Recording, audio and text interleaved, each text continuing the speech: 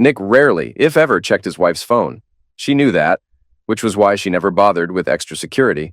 But today, as he glanced at her emails on her iPhone, something unexpected caught his eye. He wasn't one to invade anyone's privacy. He prided himself on his integrity. He'd always considered himself an honest man, someone who played by the rules. But with his wife leaving for a business trip in a few weeks, he needed a simple piece of information: the name of her hotel. She had mentioned it before, but he hadn't been paying attention. The last thing he wanted was to spark another argument about how he never listened. Lately, those had become all too common. Since their wedding 5 years ago, this would be the longest they had spent apart. He had even thought about doing something thoughtful, like sending a bouquet to her room. A small, romantic gesture, a reminder that no matter the distance, she was still the love of his life. After all, what better place to show his devotion than the city of love?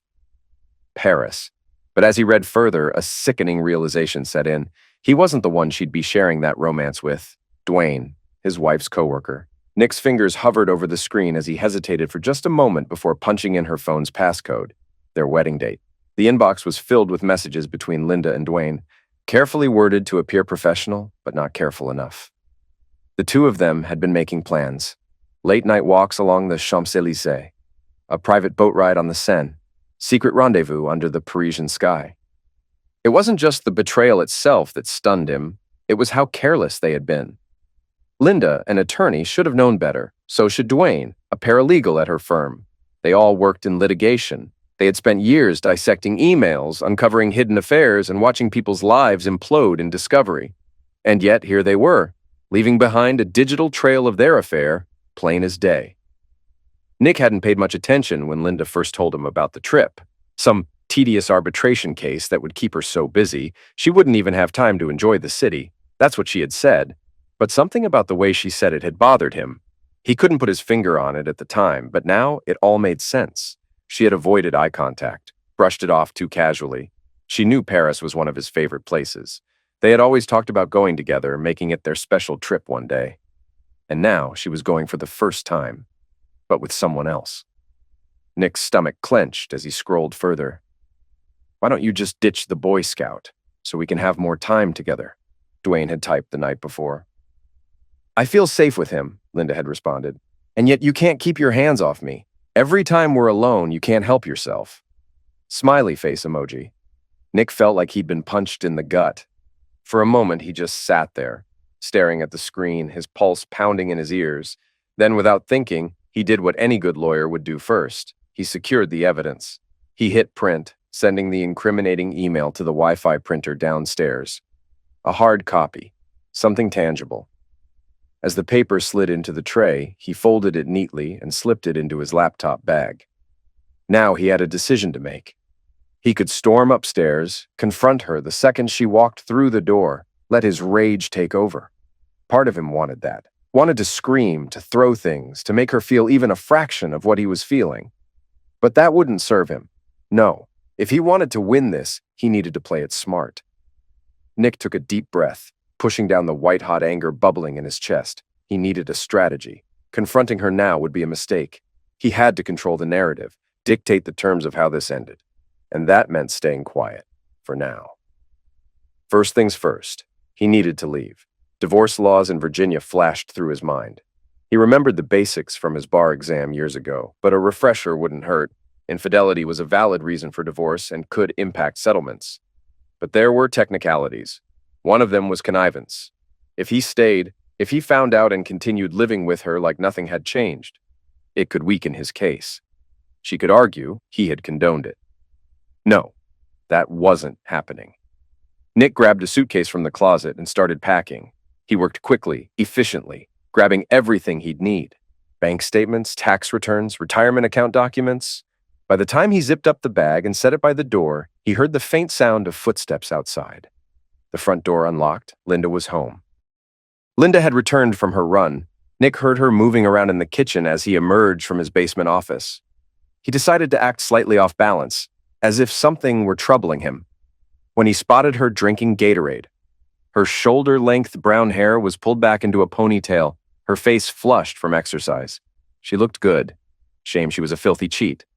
At that moment, something inside him shifted. Love was officially dead. I've got news, he said, forcing a grim smile. I'm going to Paris. Linda froze. The color drained from her face, her blue eyes momentarily going wide before she quickly masked her reaction. Paris? As in Paris, Virginia? She asked, her voice casual, but the moment of hesitation betrayed her. Sven just called, Nick continued smoothly. Turns out we lost a motion in my insurance case and now we have to prep a witness. The judge is furious and everything's a mess.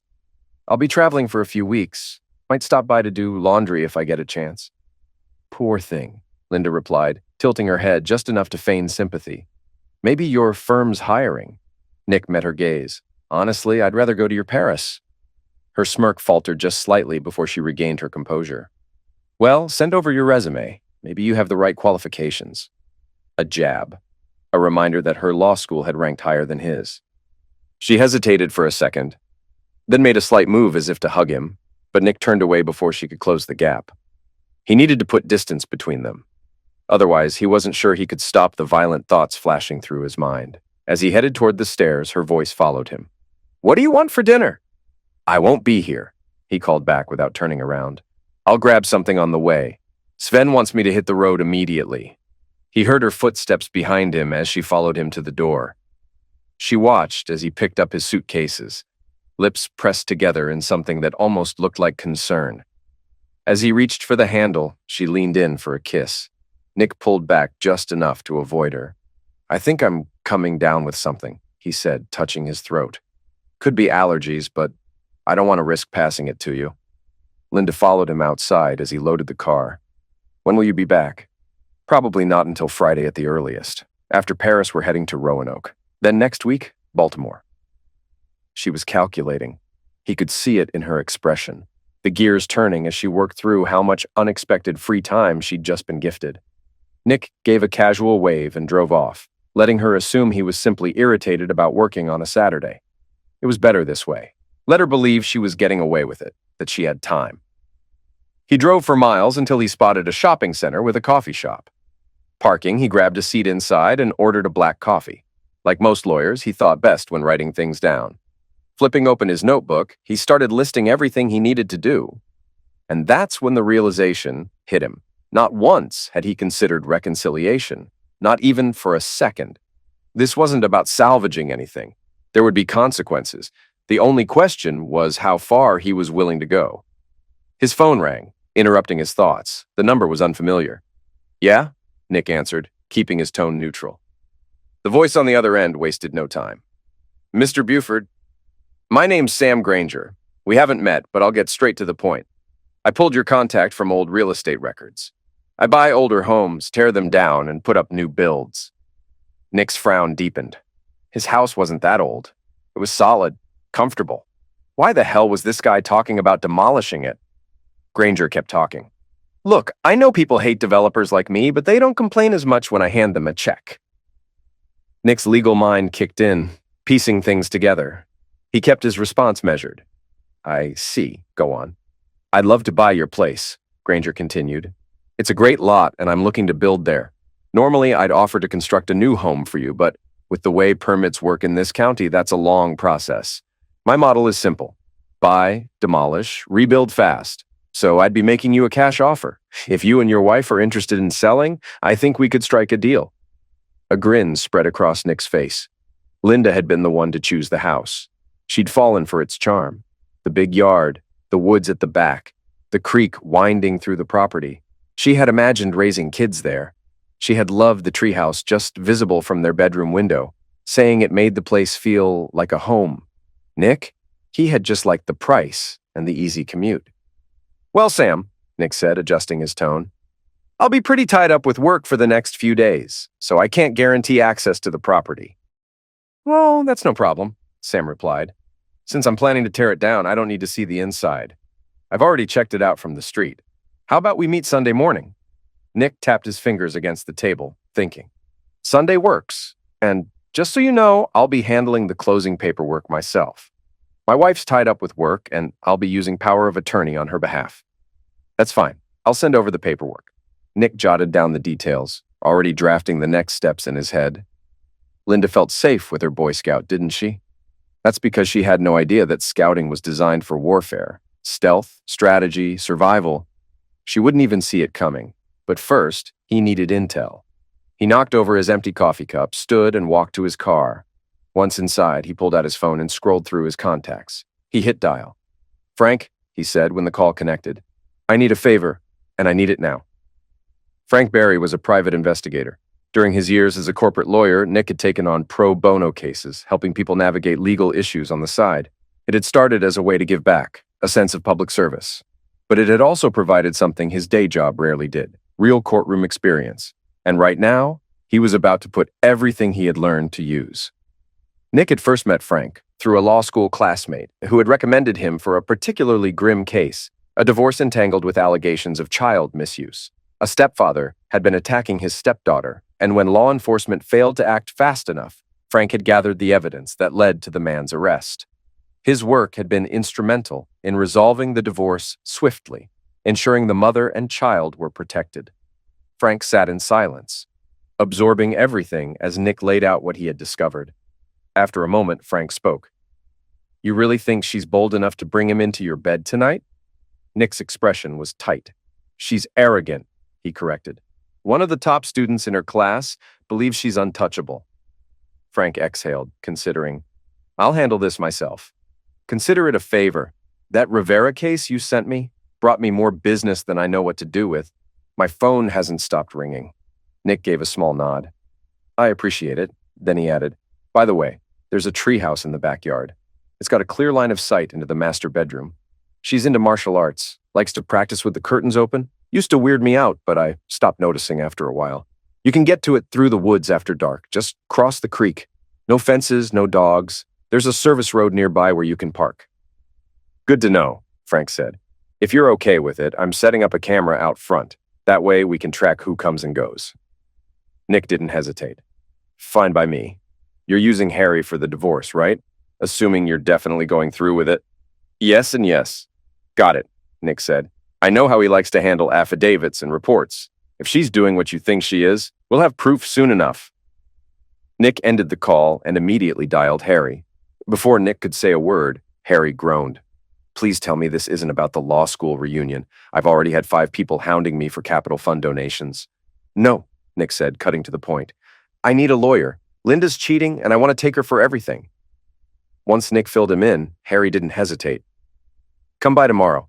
I know it's Sunday, but I'll be at the office handling paperwork anyway. We can get started." "Sounds good," Nick replied. Harry's tone turned serious. "From what you're telling me, it sounds like you've already made sure not to compromise your own position. Now, we just need solid evidence. The hardest part will be the financial battle. She's a corporate lawyer with resources, and she's got an entire firm backing her." "I'll handle that," Nick said. "I think we can settle this like rational adults." "Rational adults don't talk about burning their exes, but sure," Harry said dryly. "We'll see what you bring me." Nick's last call required a different approach. The line rang twice before a woman answered. "Hello? Maggie, it's Nick." Silence. "Maggie?" he prompted. Her voice was sharp. "You've got some nerve." Nick exhaled. "I'm glad to hear your voice, too. It's been a while." "What do you want, Nick?" "I need your help." Maggie let out a dry laugh. "I thought Linda was your go-to for that." "It's because of Linda," he admitted. "She's cheating." "Well, shocking," Maggie said, her tone dripping with sarcasm. "What happened? She stopped finding you emotionally and physically fulfilling?" Nick hesitated. "I'm seeing someone." "I'm sure he's thrilled," he sighed. "Look, I'm sorry. I'm sorry we messed things up before. I'm sorry I let Linda push you out of my life when we could have at least stayed friends. But I do need your help." A beat of silence, then Maggie's voice, flat and unforgiving. He let her sit with that. Finally, she exhaled. "All right, what do you need?" Nick told her. There was a pause, then laughter. "I have to admit, it's got a certain poetic justice," she said at last. Her voice was lighter now, almost amused. "You always did make me laugh." "Thanks, Maggie. When this is over, you'll have to introduce me to your guy. I'll buy you both dinner. It's a date." Nick needed a place to regroup, somewhere away from his usual spots. He checked into an extended stay hotel in Fairfax, far enough from anywhere Linda might casually drop by. Once settled, he went out in search of food.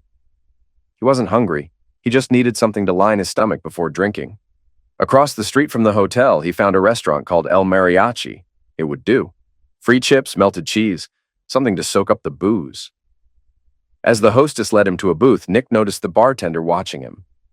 There was something familiar about him, but Nick dismissed it. He had bigger things to focus on. The menu listed pupusas, a clear giveaway that the place was actually Central American, just dressed up as Mexican for the unknowing American crowd. Along with his meal, he ordered the cheapest tequila on the menu. He knew tomorrow's hangover would be brutal, but he welcomed the pain.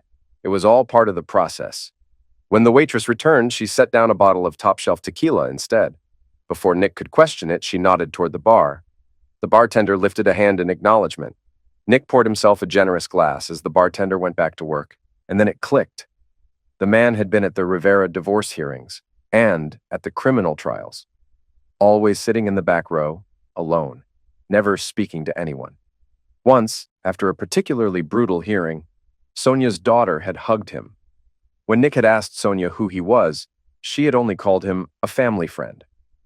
Nick finished his meal in silence, jotting notes in his notebook between drinks. By the time the waitress cleared his plate, he felt unsteady, as if the room had started to shift beneath him. He pushed himself up and made his way to the restroom, steadying himself against the walls as he walked. When he returned, the bartender was sitting in his booth, waiting. "Senor Nick," the man said, extending a hand. "Good to see you." Nick shook it, leaning back against the booth. "I never got a chance to thank you," the bartender said, his voice calm, "for helping my cousin get rid of that creep she was married to." Nick was about to brush off the bartender's comment, but the man wasn't finished. "He got what was coming to him, you know," the bartender continued, casually swirling the rag in his hands. "Word is, he got a real bad kicking in prison. Won't be walking again. Probably won't be eating anything solid either." He delivered the news with an air of indifference, as if recounting an everyday occurrence. A cold sensation crept down Nick's spine. "I hadn't heard that," he said, keeping his voice even. The bartender shrugged.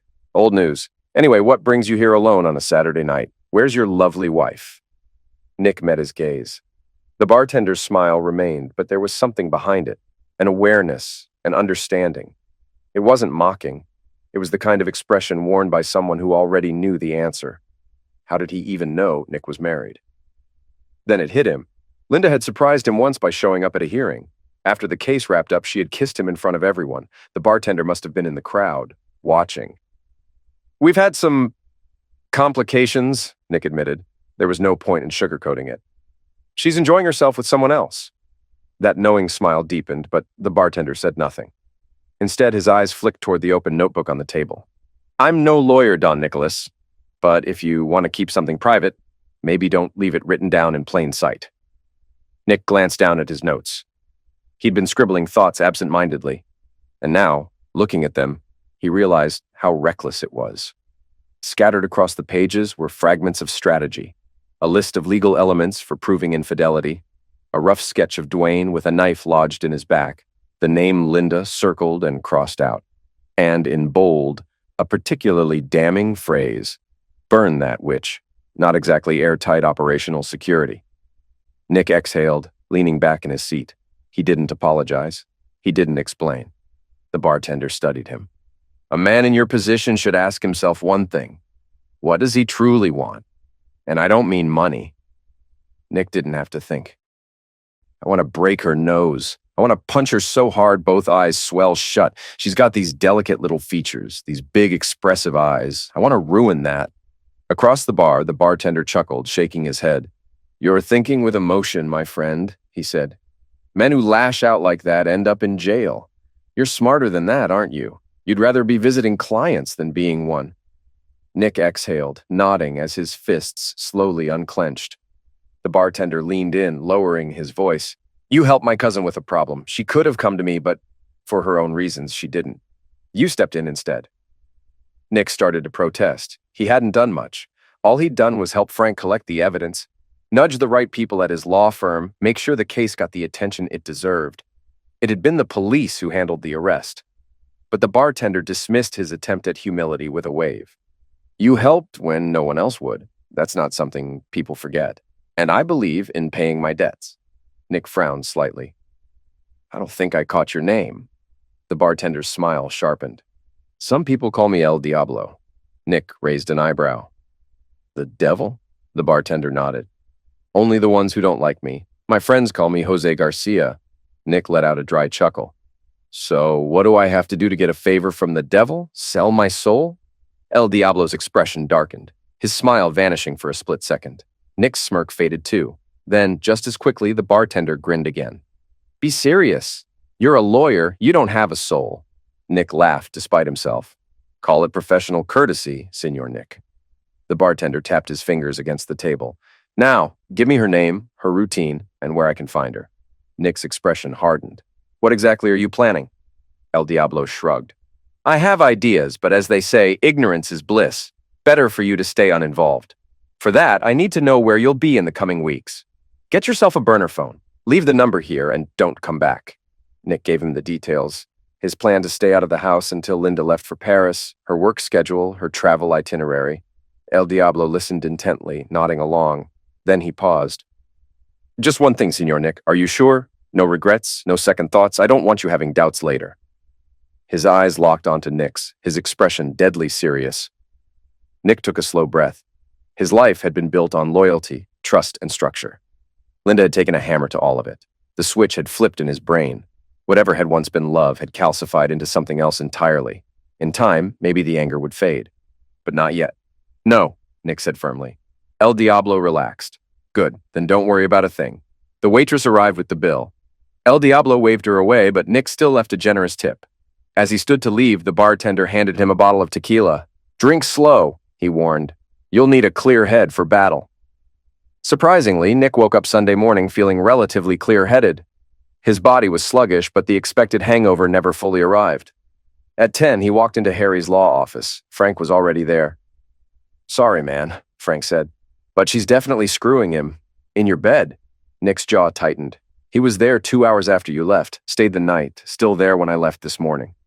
Frank slid a flash drive across the desk. We got crystal clear footage, but you might not want to watch it, Harry cut in. In fact, don't watch it. The last thing I need is you doing something stupid and getting arrested.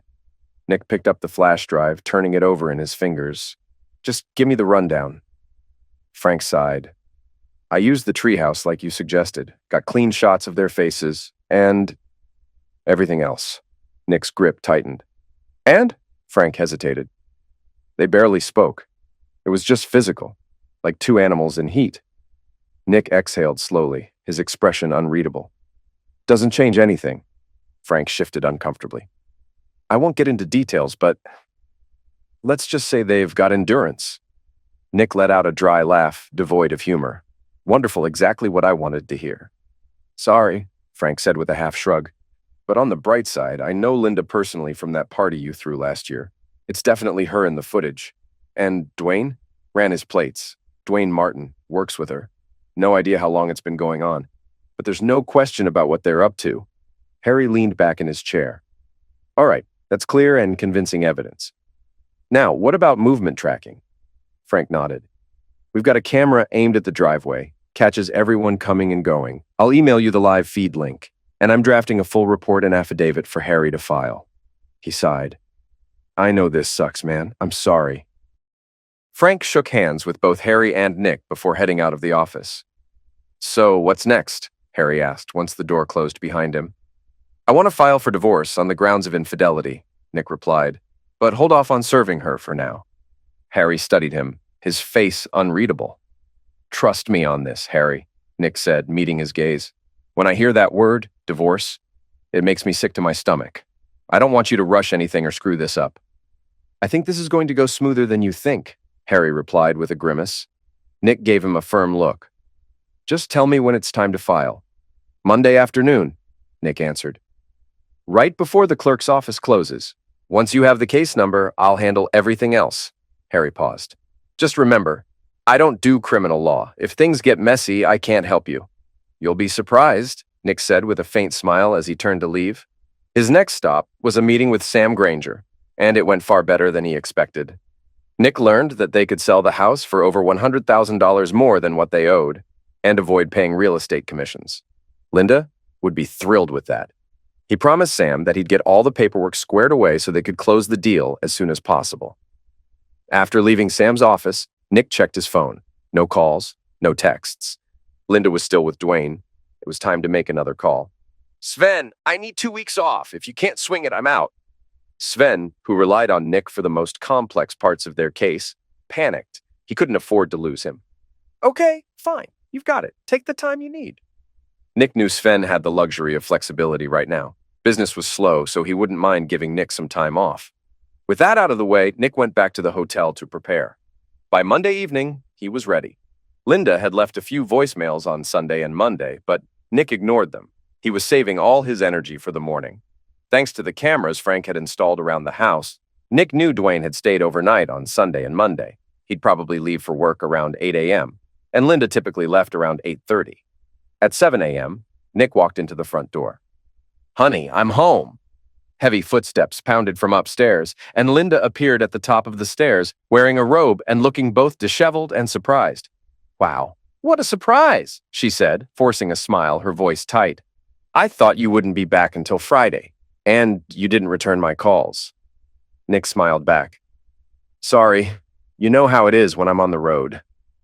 He walked past her into the dining room, pretending not to notice the two half-filled wine glasses sitting in the living room. Linda stood frozen in the doorway, clearly trying to figure out how to keep him from going upstairs where Duane was most likely hiding. Then, a knock on the door made Linda flinch. Can you get that, babe? Nick asked, calmly spreading out papers on the table. Linda hesitated, then squared her shoulders and walked toward the door, no doubt expecting a process server with divorce papers. But when she opened the door, Maggie walked in instead. Hi, Maggie said with a simple nod. Linda stood there, stunned, as Maggie set down her briefcase and sat at the dining room table. Nick turned to Linda, offering an apologetic smile.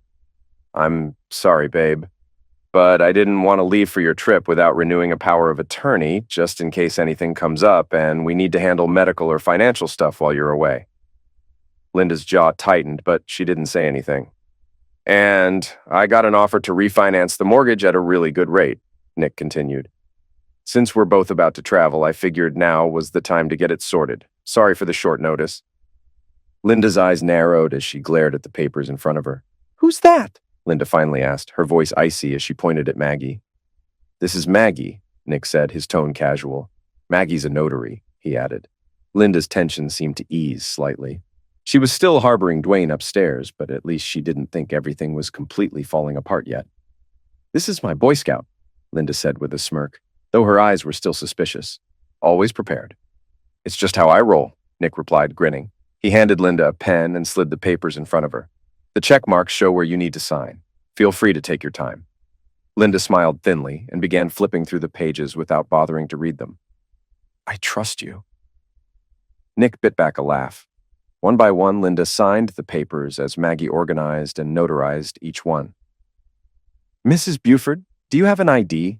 Maggie asked politely. Linda got up and grabbed her purse. Maggie and Nick exchanged a quick glance, barely containing their amusement. Linda returned and handed Maggie her driver's license. Maggie snapped a photo and jotted down the details in her notary journal, finishing the paperwork in a matter of minutes.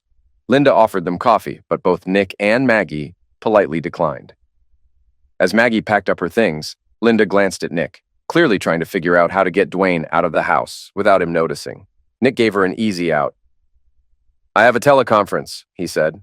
I'll be in my office downstairs for a while. Linda visibly relaxed. She saw this as her chance to get Duane out the back door and cover up the evidence before Nick came back upstairs. Nick gave her the illusion of control. He went downstairs, pretending not to hear Duane's heavy footsteps on the stairs or the soft sound of the garage door opening as Duane snuck out. But when the shower turned on in the master bath, Nick stood up, gathered his things, and without saying a word, walked out the basement door, got into his car, and drove off. 2 hours later, after a filling breakfast at a local diner, Nick sat across from Harry in his office. Harry flipped through the documents, shaking his head like he couldn't believe what he was reading.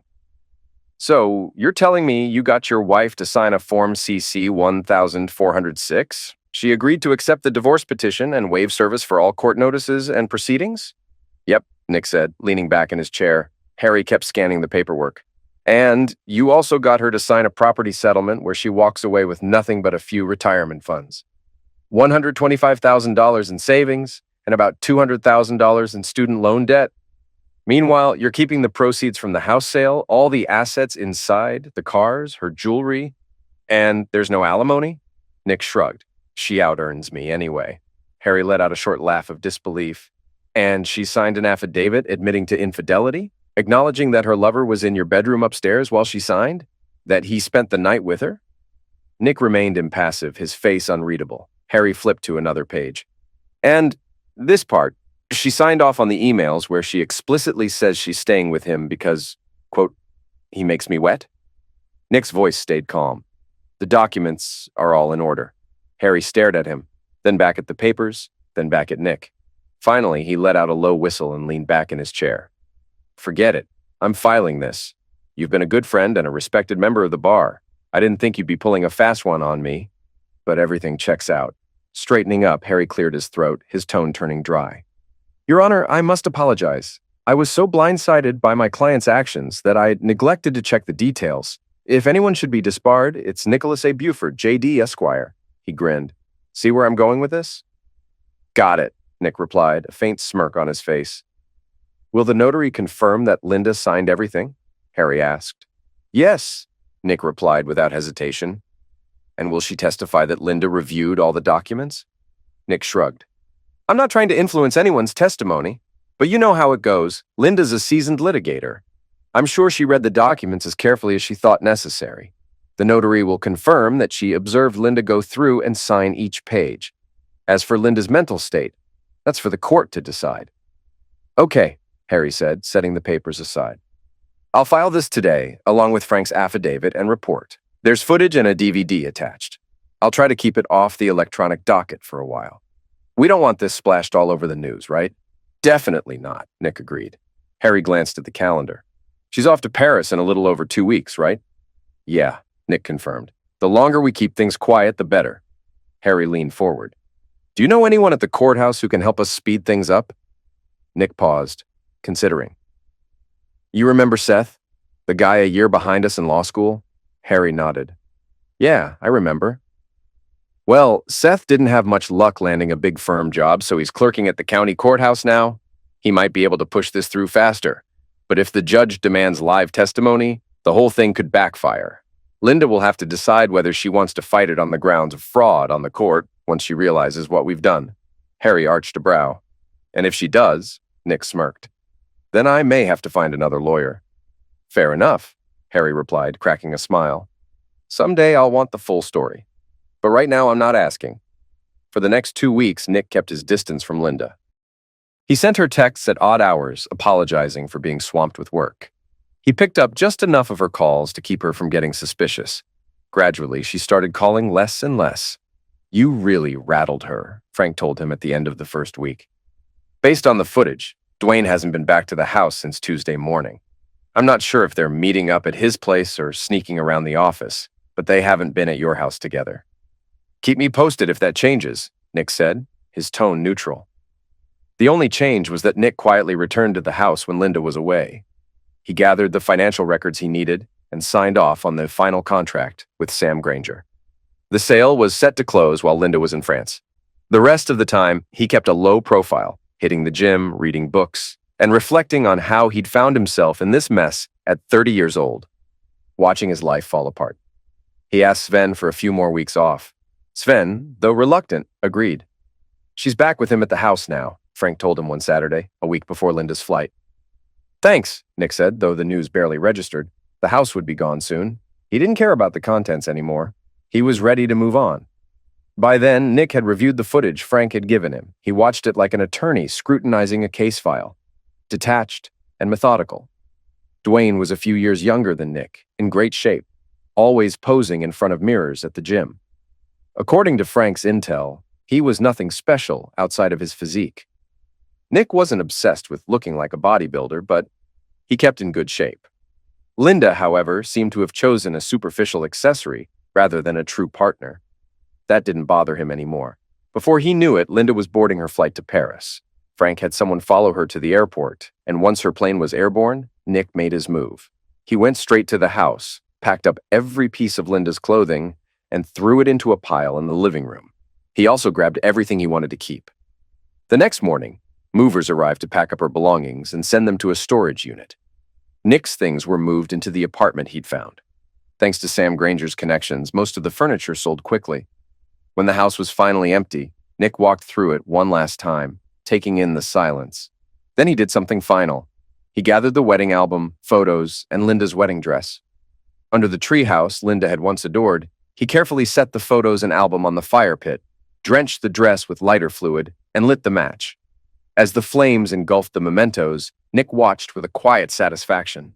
Frank's camera caught every moment, the pages curling and the faces distorting in the fire, the dress blackening and crumbling to ash.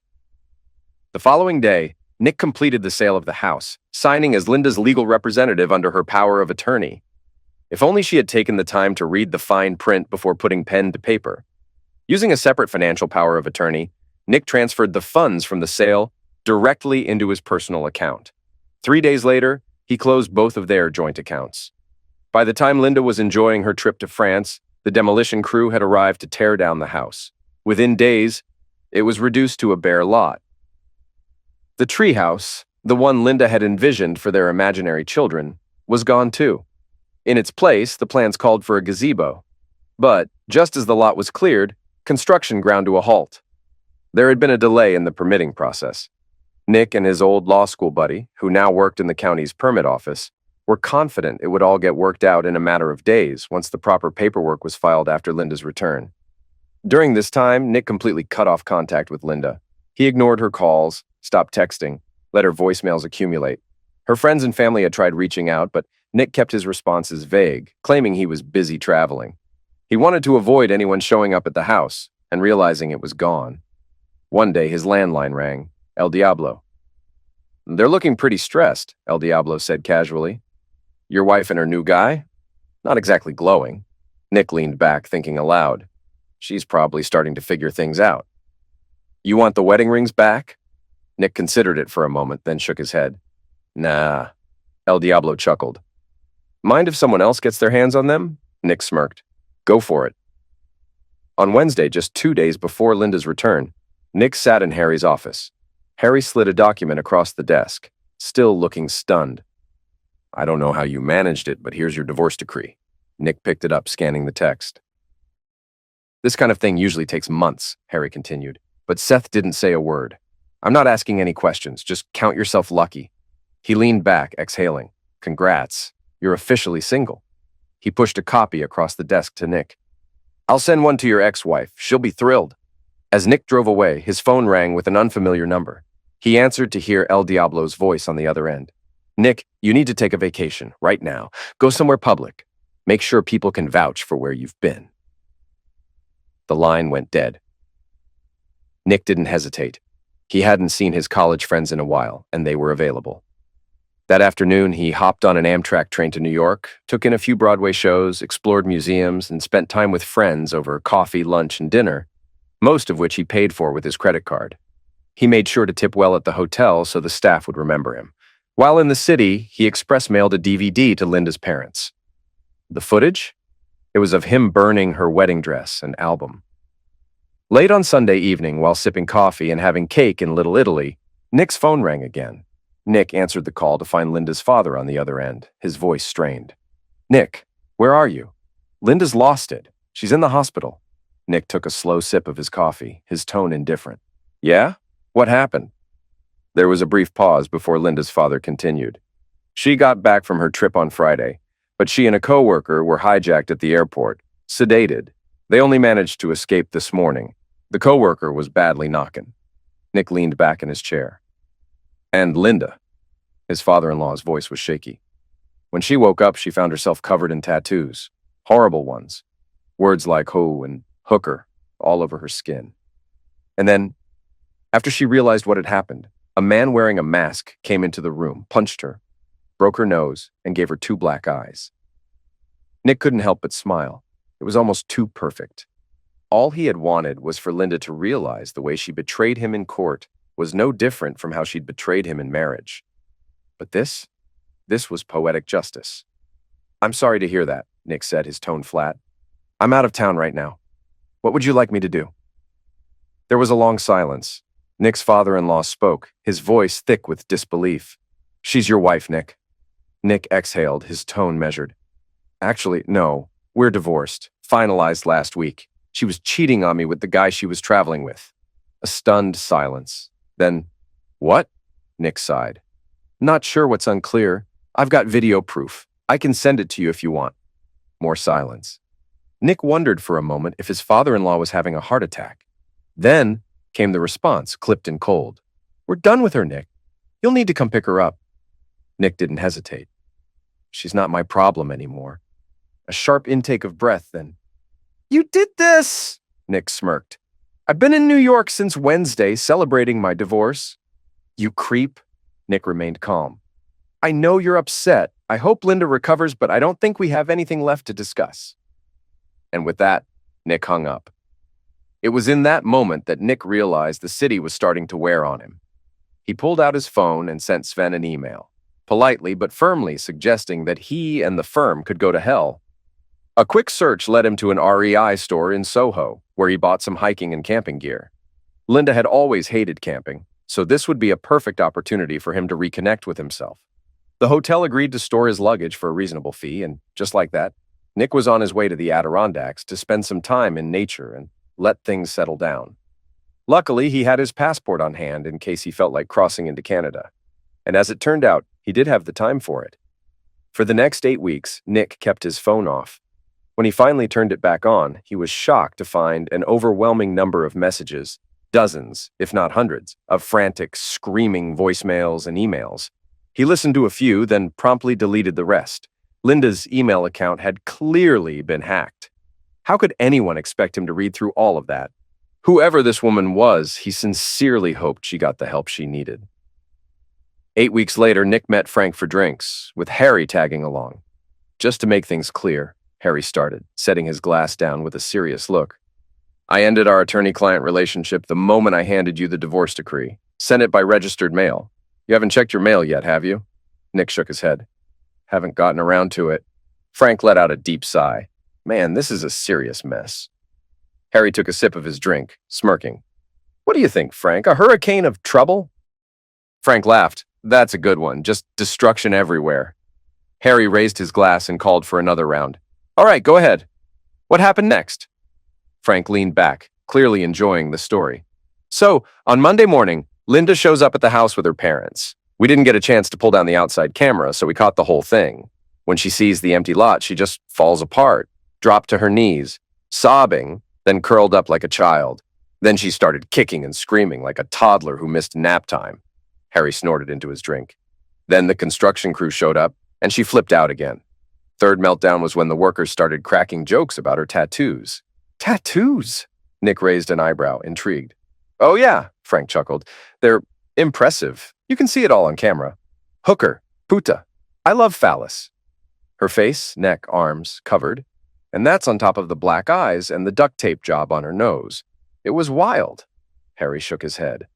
Later that afternoon, she stormed into my office with a couple of her big firm lawyer friends. No appointment, naturally. I made them wait about 15 minutes. Loaded my Glock just in case. Gotta love Virginia. Nick grinned. And then what? They started yelling about emergency motions, bar complaints, contempt charges, everything, Harry said, rolling his eyes. I tried to keep my cool, but I couldn't stop staring at her ink. Red and blue all over her face. You couldn't miss it. Nick took a sip of his drink. So what happened next? Harry smirked. Once they calmed down a bit, I asked, what exactly is the issue here? Which sworn statement is false? Frank chuckled. And they just sat there like idiots. Harry leaned back. So I asked, is there any dispute that your client cheated on Nick? And they all said, no. Frank let out an amused snort. Harry shrugged. So I turned on the video, and there's Linda, clear as day, in bed with another guy who isn't her husband. Nick raised an eyebrow. Did they even bother looking at the case files before showing up? Apparently not, Harry said dryly. They just stared at each other. Then Linda started yelling about how you didn't even give me a chance to explain. So I asked, what exactly is there to explain? She went quiet after that. Nick chuckled. Did she say anything about the house? Oh, she screamed about that too, Harry said, smirking. Claimed she never agreed to let you sell it, that you burned her wedding dress in photos. Nick grinned. And I showed her the powers of attorney she signed. Then I pointed out the property settlement agreement that gave you full control over her things. Told her she was lucky she still had her clothes. Nick shook his head. Did she even try to deny signing it? Nope, Harry said, taking a sip of his drink. But she kept insisting she didn't agree to any of it. Nick smirked. So her entire defense boiled down to, I didn't read what I signed? Exactly. I told her to imagine how well that would go over under cross-examination. And she didn't have much to say after that. Nick leaned back. What about the affidavit? The one where she admits her lover was upstairs while she was signing it? Harry set his drink down. She fainted. Nick nearly choked on his own. You're kidding. Dead serious, Harry said. I called emergency. Paramedics showed up, but she refused to go to the hospital. Then she started ranting about the tattoos and Duane getting beat up. Nick laughed. And what did you tell her? I told her I had nothing to do with it, that I was out of town. Then I helpfully suggested that maybe Duane pissed off another woman's husband.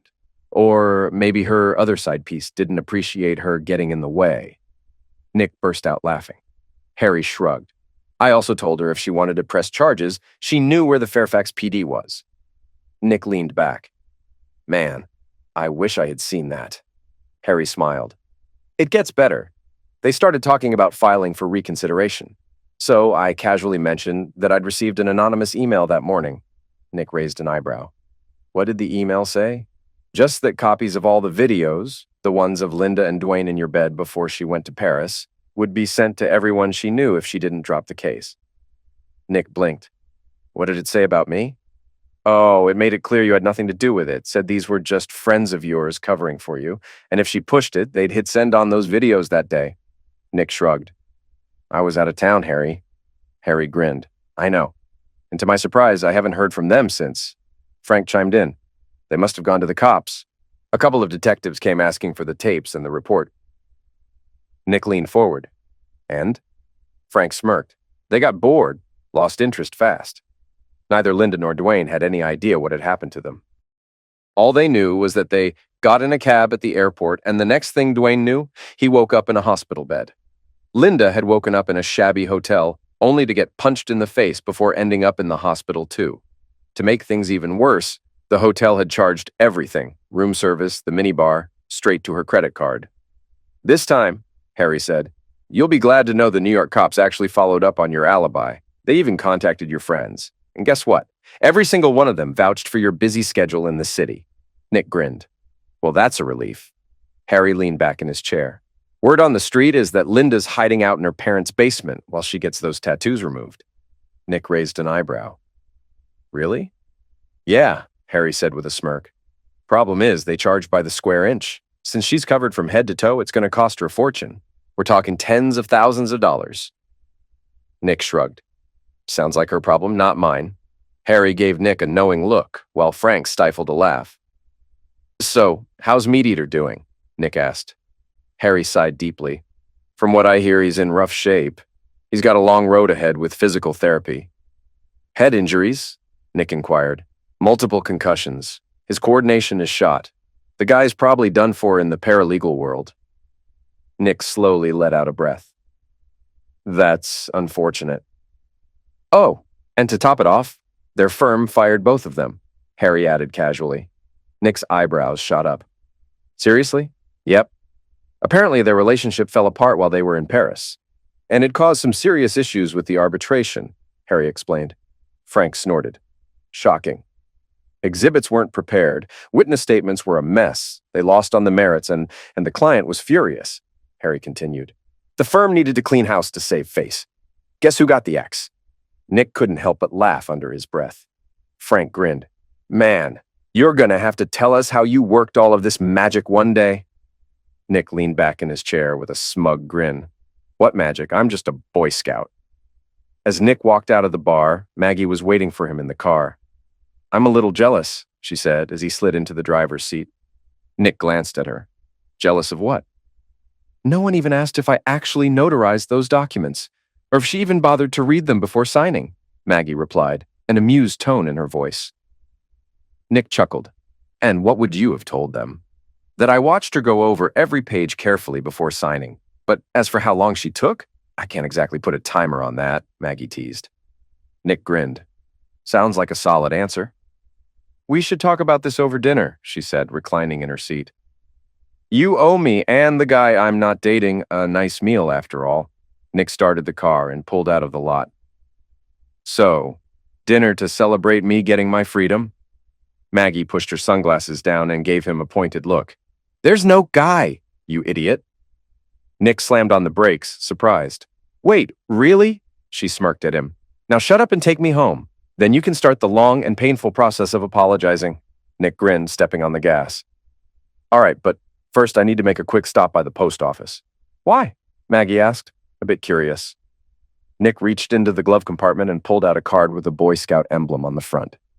I'm sending a letter to a friend, he said with a mischievous grin. Maggie glanced at the card. And what's in the letter? Nick's smirk deepened. Just asking if she feels safe right now.